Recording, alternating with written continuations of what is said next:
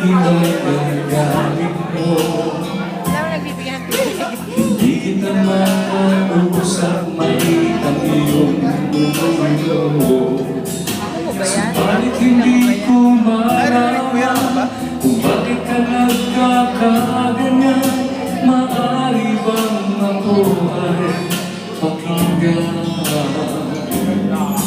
Ang nakita mong kausap ko'y kaibigan lang. DJ, at kanyang sinabi sa akin ay kumusta na?